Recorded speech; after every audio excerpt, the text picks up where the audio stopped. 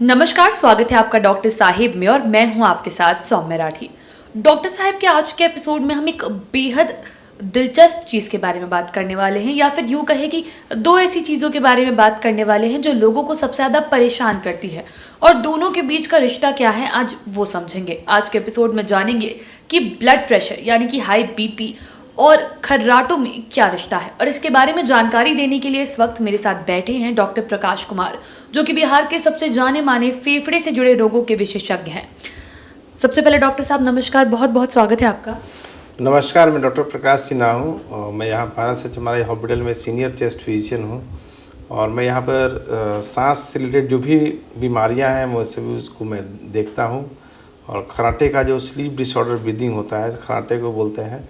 खर्राटा एक snoring term होता है, बट जो ब्रीदिंग पैटर्न जो गड़बड़ होता है उसको बोलते हैं स्लीप डिसऑर्डर ब्रीदिंग। वो सारे केसेस मैं देखता हूँ यहाँ पे जी। आपका क्वेश्चन बड़ा अच्छा है। खर्राटा और ब्लड प्रेशर में क्या रिलेशन है? खर्राटा और ब्लड प्रेशर में एक बहुत अच्छा कोरिलेशन है। ऐसा नहीं कि जिसको ब्लड प्रेशर होता है उसको खर्राटा होता है, बट अगर बार बार अगर आप स्नोर कर रहे हैं, अगर आप खर्राटा ले रहे हैं, आप अपने आप को कंट्रोल नहीं किए, खर्राटे को कंट्रोल नहीं किए, तो आप कभी भी ब्लड प्रेशर के आप शिकार हो सकते हैं। और इसमें क्या होता है कि जो हम लोग स्लीप स्टडी करते हैं उसमें हम लोग देखते हैं, और जो हम लोग किताब में पढ़े हैं, जो पेशेंट को ऑब्जर्व करते हैं कि अगर आप नॉर्मोटेंसिव हैं, मतलब बीपी नॉर्मल है, आपको स्नोरिंग की प्रॉब्लम है, तो जैसे आदमी जब सोता है तो 1 मिनट में कम से कम 8 से 10 बार अगर आपको बार बार अगर आप स्नोर करें, आपका बीपी फ्लक्चुएट करता है।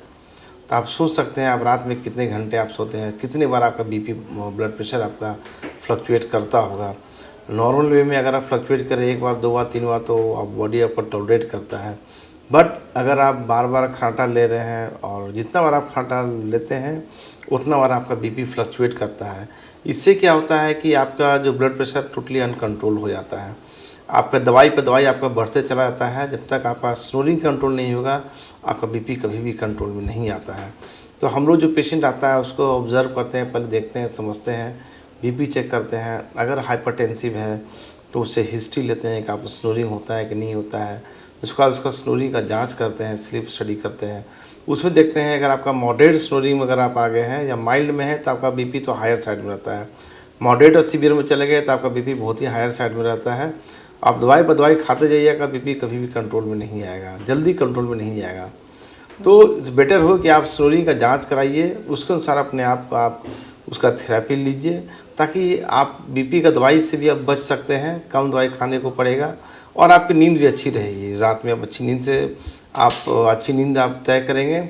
और दूसरी जो बीमारियां हैं, जो स्लीप डिसऑर्डर ब्रीदिंग से बहुत सारी बीमारियां होती हैं, उससे भी आप बच सकते हैं। जी डॉक्टर साहब, खर्राटों को तो लोग बीमारी समझते ही नहीं है, ऐसे में उसका बीपी से रिश्ता ये भी लोगों के लिए एक नई बात होगी, क्योंकि लोग इन दोनों चीज़ों को कनेक्ट नहीं कर पाते हैं। तो ऐसे में लोग कैसे समझे कि जो बीपी है उस पर खर्राटे की वजह से फ़र्क पड़ रहा है? देखिए, बीपी है उस पर खर्राटे की वजह से फ़र्क पड़ रहा है, उसमें क्या हम लोग उसका पेशेंट का पहले हिस्ट्री लेते हैं कि आपको आपकी परेशानी क्या है। पेशेंट आता है हमारे पास कि अक्सर देखिए गला बहुत, नाक बहुत बजता है, रात में सोते हैं तो बहुत खर्राटा आता है। तो हम लोग उसका सबसे पहले बीपी और शुगर पर फोकस होता है कि पहले बीपी चेक किया जाए। इसका बीपी चेक करते हैं तो देखते हैं उसका बीपी कितना बढ़ा हुआ है। उसके बाद समझते हैं कि भाई आप दवाई खा रहे हैं कि नहीं खा रहे हैं। अगर आप दवाई खा रहे होते हैं उसके बाद हम देखते हैं कि किस किस दवाई से आपका बीपी कंट्रोल नहीं होता है। अगर नहीं हो रहा है तो उसके साथ फिर हम लोग दवाई को बढ़ाने के लिए मना करते हैं। फिर बोलते हैं कि आप पहले अपना स्लीप स्टडी कराइए अपना आप। लोगों में बहुत ही गलत मिथ है कि खर्राटा जब आ रहा है तो हम बहुत आराम से हैं, बहुत आराम से सो रहे। नहीं, ये बहुत ही गलत बात है। मैंने बहुत सारे पेशेंट को देखा है जिनको कि हार्ट अटैक हुआ है या पैरालिसिस हुआ है, और वो लोग रीजन उन लोग का समझ में नहीं आया। जो जिनको यंग एज में हुआ वो लोग नॉन अल्कोहलिक हैं, नॉन स्मोकर भी रहे हैं, बट उन लोगों को स्नोरिंग की प्रॉब्लम रही थी जो कि उन्होंने कंट्रोल नहीं किया। अंत में वो लोग हमारे पास जो लैंड अप हुए, हमारे हॉस्पिटल में या कहीं पर भी लैंड अप होते हैं, तो इस तरह का कॉम्प्लिकेशन लेके आते हैं। तो ये हम लोग को जज करना चाहिए कि भाई क्या है। आप स्नोरिंग आ रहा था ज़रूर अपना स्लीप स्टडी कराएं, आके मिलें और जांच करा के अपना इलाज कराएं। जी, उम्मीद करती हूँ कि डॉक्टर साहब ने जो सारी बातें बताई हैं आपने उन्हें ठीक तरीके से सुना और समझा होगा। इसी के साथ जल्द मुलाकात होगी अगले एपिसोड में।